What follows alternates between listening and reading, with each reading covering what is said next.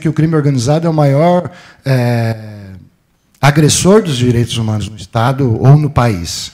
Então, causou estranheza para nós, como causa estranheza quando existe corrupção na Casa Legislativa, quando existe corrupção. Ninguém espera isso, né? Não dá para a gente... As pessoas parecem que cobram da gente que a gente deveria saber que o Luiz é um criminoso. A inocência a previsão...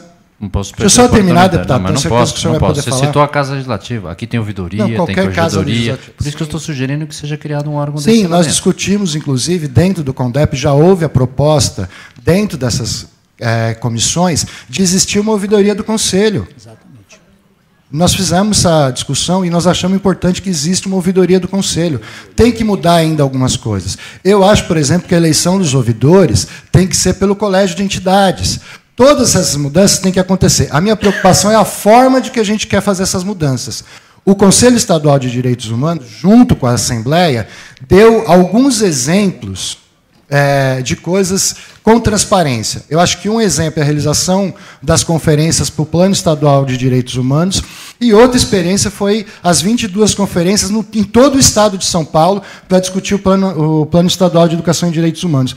Então, ressaltar a nossa preocupação de que qualquer alteração que seja feita no CONDEP tem que se passar pela discussão com a sociedade civil. Tem que se passar por uma discussão de fóruns de discussão diretamente com a sociedade civil. Nós não podemos se isolar e achar que esse ou aquele deve fazer as mudanças, mas deixar isso transparente, porque é a transparência que vai garantir ao CONDEP ele continuar mantendo a sua autonomia, a sua isenção, e continuar fazendo o serviço que tem feito tão bem na medida do possível. Quando a Nazaré fala das verbas, nós nunca requisitamos verba para pagamento de honorário ou salário para conselheiro. Isso não. Nós achamos que o trabalho dos conselheiros tem que ser da forma que tem que ser de forma voluntária. Mas existe a necessidade de ter assessoria técnica, de ter apoio. Às vezes falta transporte para a gente ir em alguma cidade fazer uma visita. Coisas, né?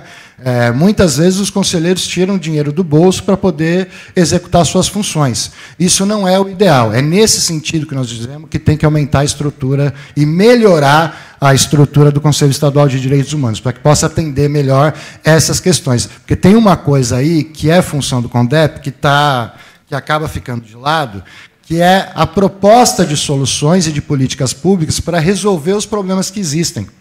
As denúncias individuais nós encaminhamos para os órgãos competentes. Quando chega denúncia por questão de violência policial, por exemplo, nós encaminhamos para a ouvidoria, encaminhamos para a corregedoria. Agora, nós precisamos criar uma política para evitar isso. E esse debate fica fragilizado justamente por conta desse atropelo de tarefas que a gente tem e a falta de estrutura. Só isso para ser rápido e não tomar mais o tempo do senhor. Obrigado. Deputado Vitor. Eu quero parabenizar o meu amigo Coronel Camilo, porque o expositor foi infeliz quando ele quis dar o exemplo. Ele deu o exemplo de falcatruas também citando a Assembleia Legislativa. Vossa Excelência foi infeliz, porque eu me senti também, de certa forma, ofendido. Podia falar de um monte de outras coisas. Vossa Excelência foi pá! Foi infeliz. Gostaria que Vossa Excelência retirasse a objeção. Tudo bem? Não, a minha intenção não foi dizer dessa casa, não. Desculpa. A intenção não foi, mas não foi a nenhum de vocês, não. Foi dito isso daí. Não foi essa a minha intenção. Se foi isso que eu dei a entender, eu peço desculpas. Não foi diretamente a Assembleia Legislativa do Estado de São Paulo. O que a gente vê hoje, que é notícia todo dia, é uma série de corrupção em todo o sistema, de todos os lugares. Foi a isso que eu me referi. Tudo perfeito. Obrigado. Senhor presidente, só para complementar também, a nossa ideia aqui é ajudar o CONDEP a melhorar. Não encare de outra forma. Você falou que tem que ouvir a sociedade civil. As propostas que nós estamos fazendo, nós aqui representamos a sociedade civil. Todos os deputados aqui representam o povo de São Paulo. Então, a gente vai fazer propostas para a melhoria do CONDEP. Muito obrigado. Obrigado, deputado. Eu quero agradecer... Senhor? Só espero que a gente possa ter mais espaço. Seria bom no microfone para a questão da taquigrafia. O registro é que seria necessário mais debates com a sociedade civil organizada, audiências públicas, para que a própria sociedade civil organizada pudesse apresentar mais propostas. Acho que audiências para discutir isso, audiências públicas, não necessariamente uma CPI, mas uma audiência pública com mais deputados que possam participar. Os outros movimentos, são mais de 200 entidades que estão registradas no Conselho hoje. Isso é importante. Sem dúvida. Claro, isso é feito, viu, Wenderson? Porque é só o deputado apresentar essa questão e normalmente são feitas essas audiências públicas. Deputado Roberto Trípoli.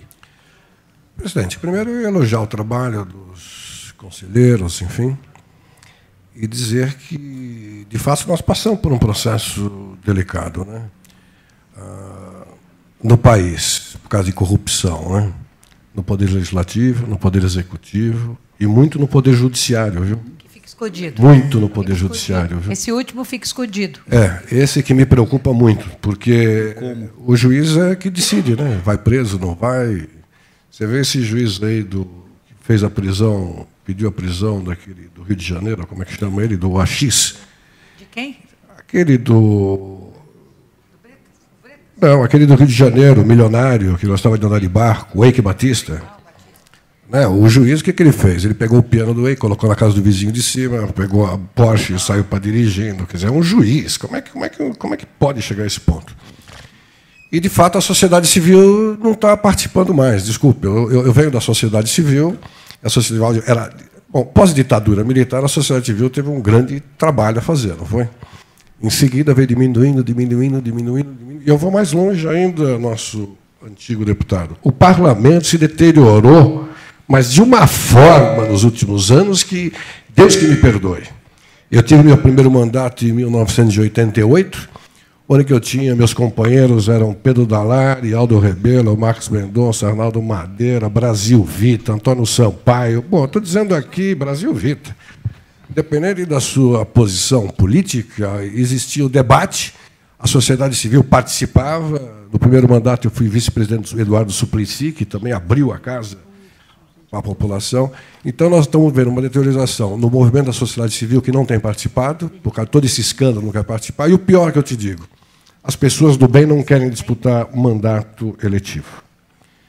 Então, esse que mais me preocupa. Mas nós também somos do bem, estamos aqui. Sabe, nós estamos do bem, nós somos poucos, porque a maioria não quer disputar para não ser chamado de ladrão. A maioria dos bons, que as pessoas boas que a gente tem contato, que a gente ama, enfim, não querem disputar para não ser... Porque virou uma coisa, generalizou. Você viu, o rapaz mesmo aqui virou poder legislativo, quer dizer, virou uma coisa... Então, nós precisamos valorizar mais o poder legislativo e ouvir mais a sociedade civil. Desculpe a forma italiana de colocar, mas é mais ou menos. Sempre bem. Obrigado, senhor. Muito obrigado. Senhor presidente, deputada Beth, só para informação, eu queria saber quem que Vossa Excelência convidou ou convocou para vir na próxima quarta-feira. Senhores deputados, eu só queria constar que a dona Maria Nazaré está colocando alguns documentos aqui que nós vamos anexar aqui à nossa CPI. São fluxo de abertura, fluxograma de programa coletivo e também algumas deliberações do CONDEP que serão anexadas. E a ata da última eleição também que será anexado. Nós estamos com um problema para a próxima reunião. Seria chamado o doutor Márcio Fernandes Elia Rosa, mas eu não vou chamar, vou te explicar por quê. Como sabem, eu estou saindo do PSDB e indo para o PP. Entendi. Então, possivelmente, na próxima reunião, o PP está pleiteando uma vaga para que eu possa ficar, nós teremos que fazer uma nova eleição da presidência e também vice-presidência. Porque eu saindo do PSDB, eu perco a vaga do PSDB. Então, se todos estiverem de acordo, na próxima quarta-feira, às 14h30... Então, nós não vamos ter. Na próxima quarta, nós não vamos ter ninguém para ouvir, porque vai ser uma reunião extraordinária. Exatamente. Não sei se é ordinária ou extraordinária, precisa ver o regimento. Ordinária, mas interna. É ordinária, mas só para decidir isso. Para decidir, tudo bem? A presidência e a vice-presidência. Para mim, tudo bem. Se houver, por bem, outro deputado ser conduzido, a permanência desse deputado. Olha, presidente. Pois não, deputado. É o regimento, mas não necessariamente, né? Porque se os próprios deputados da comissão deliberar que Vossa Excelência teria que continuar... Mas o regimento ele determina que seja feita uma nova reunião. O PSDB pode abrir a mão da vaga? Mas precisa ser pautado, deputado. Mesmo assim, precisa ver, deputado. Eu não vou votar. Eu consultei o regimento. Não quero ser candidato. Não, deputado, eu consultei o regimento agora e o regimento determina que seja feita uma nova eleição. E a nova eleição pode reconduzi-lo à presidência? Se assim for desejo dos deputados, por favor. Tudo bem, eu quero agradecer a presença da dona Maria Nazaré Cupertino, do senhor Wenderson Gasparotto, e contem com essa casa. Muito obrigado. Não havendo mais nada a tratar, declaro encerrada a presente reunião. Obrigado. Opa, lógico. Vamos lá.